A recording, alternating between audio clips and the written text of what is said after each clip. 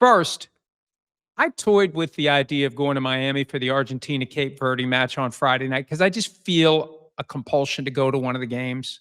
This draw, this magnet, like Richard Dreyfuss in Close Encounters of the Third Kind.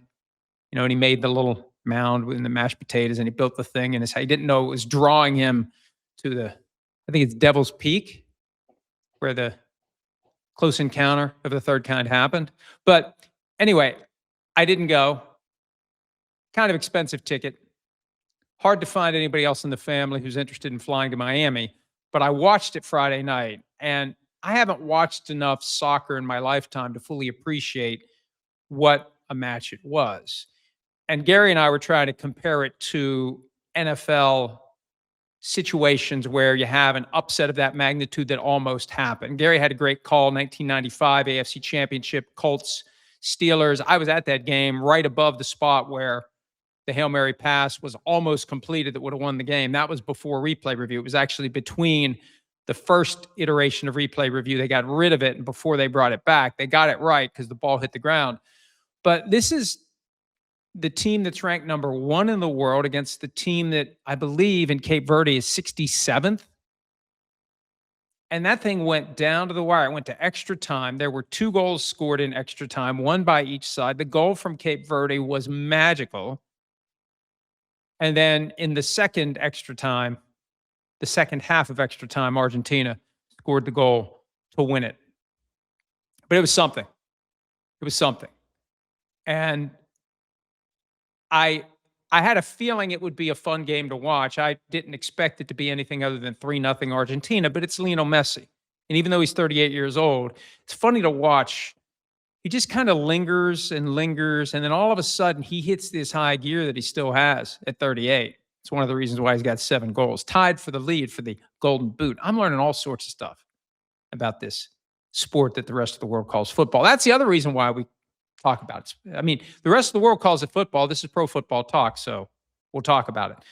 Sunday night, and Sunday was one of the rare days, the first time in years, maybe decades, that I've spent the whole day looking forward to watching a sporting event that wasn't a football game. For the NFL, it happens routinely where you just look forward all day to when the game starts, whatever it is.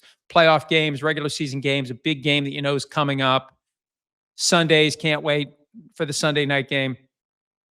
College, probably for me, the last time I spent all day anticipating a game was the Saturday night in early December that West Virginia was favored by 28.5 points against Pitt. That was the game where Rich Rodriguez, who had 1 foot out the door to Michigan, a couple of missed kicks in that game. That doesn't get talked about very much 20 years later, but I was there. I witnessed it. It was horrible.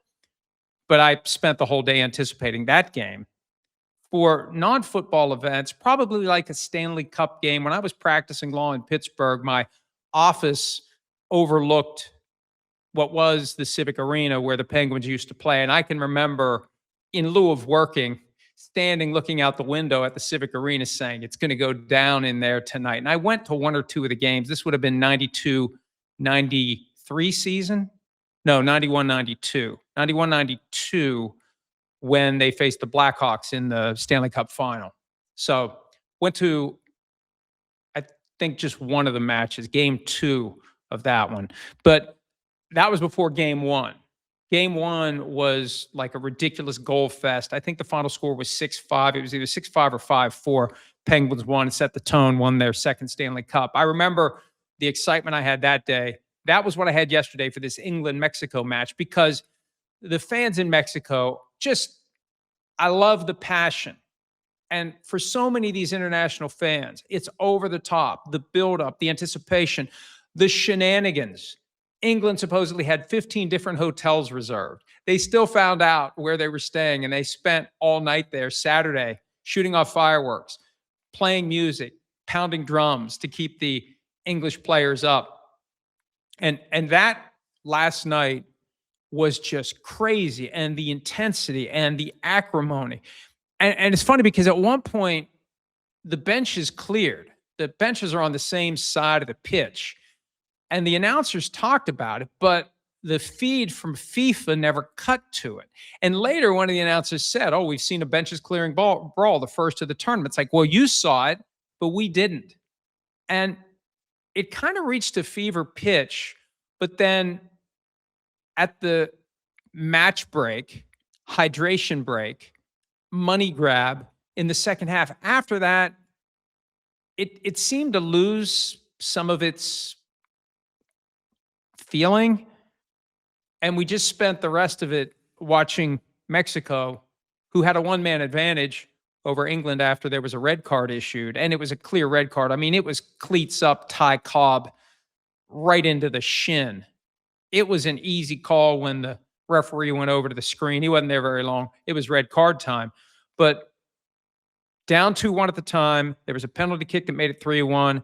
Penalty kick by Mexico made it 3-2. And then Mexico was just like constantly on the tack. It's this continuous power play where you have the one-man advantage, and England just kept fighting it off. And it just seemed like Mexico got tired. They got flat. They never could muster anything that was all that close. I think the closest they came, there was a clearing kick by an England defender that just missed going in. It would have been an own goal, but he's trying to get the heat out of the hot kitchen. I think that was the closest. So it felt kind of anticlimactic, but it was still an exciting match. And there was a guy who got a yellow card while he was on the bench. And then apparently after the match, as he tried to jump over the barrier along the sideline, he fell down and injured himself and had to be stretchered off. That's a hell of a story to tell. Got a yellow card and injured in a game he didn't play in. So it's England and Norway on Saturday, but the big one is tonight. Tonight, it's coming tonight, hot damn tonight. And I am going to get to the NFL stuff, but I got to talk about U.S. versus Belgium. Flo Balogun, red card Wednesday night, suspended 1 game, confirmed on Friday. Confirmed. He'll miss the match against Belgium. And then out of nowhere on Sunday. And I had the same reaction that the members of the U.S. team did. I thought it was fake when I saw it. The initial report that the suspension had been suspended. And look, it was our biggest item of the day by at least 2 or 3 over the story that finished in second when you look at the real-time traffic to the stories for the day. The suspension of the Flo Balogun suspension. And I went down the FIFA disciplinary code rabbit hole. I read the FIFA regulations for the 2026 World Cup.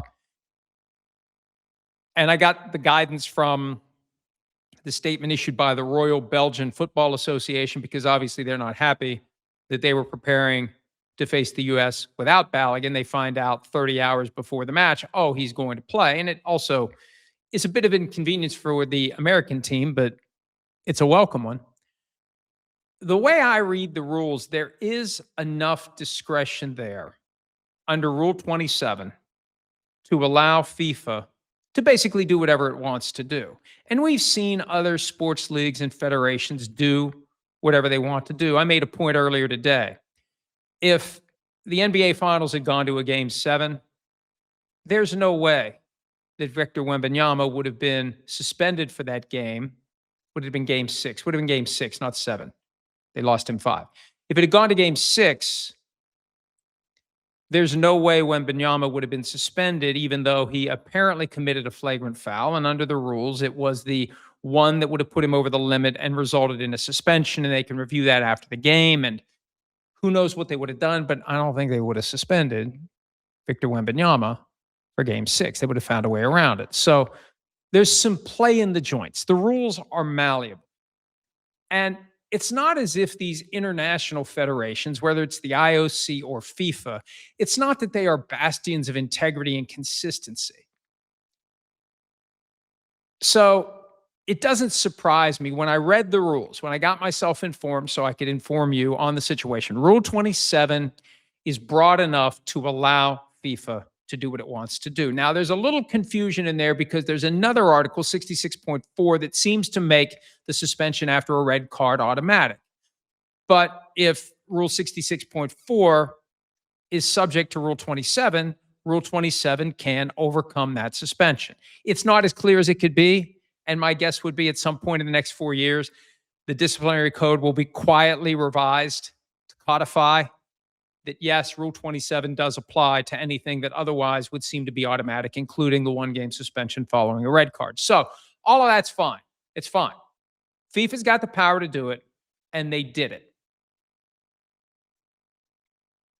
The result and how we got there are two different things. And it's easy to argue that the result ultimately was fair because the red card, you could argue, shouldn't have been given in the first place. But this wasn't an attack on the red card. This was just an effort to get FIFA to exercise its discretion to give Balogun a dispensation for the consequence of the red card, because the suspension of the suspension means he's on basically double secret probation for a year. And if he does something else, he could have the penalty re-implemented along with whatever the fresh penalty would be. They didn't wipe out the red card. They didn't admit they got it wrong on the red card. They just suspended the suspension that flows from the red card. And obviously, the thing that's bothersome, and I want us to all put ourselves in the position of how we would feel if this happened to the U.S. team. Let's say that this year's FIFA tournament was hosted in Russia. And let's say that we were getting ready to face Russia in the round of 16. And the best Russian player had gotten a red card in the prior game, and he was supposed to be suspended for the game against the U.S. And Putin calls FIFA President Gianni Infantino multiple times and launches this effort to get FIFA to stand down. And they ultimately do. 2 days after the suspension was supposedly final, they stand down after repeated calls from Putin. We'd be pissed about that. It wouldn't feel right to us. And here's where it becomes a little dangerous, because now Belgium has every right to feel like they've been screwed. And so they're going to bring that attitude to the game tonight.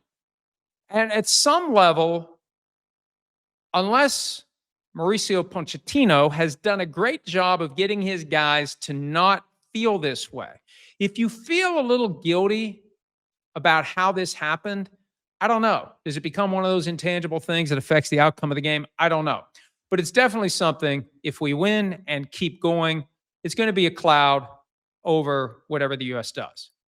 Because it's obvious that there was intervention by the U.S. government to try to get this changed. If the U.S. government doesn't get involved, Balogun doesn't play tonight. And who knows what was said?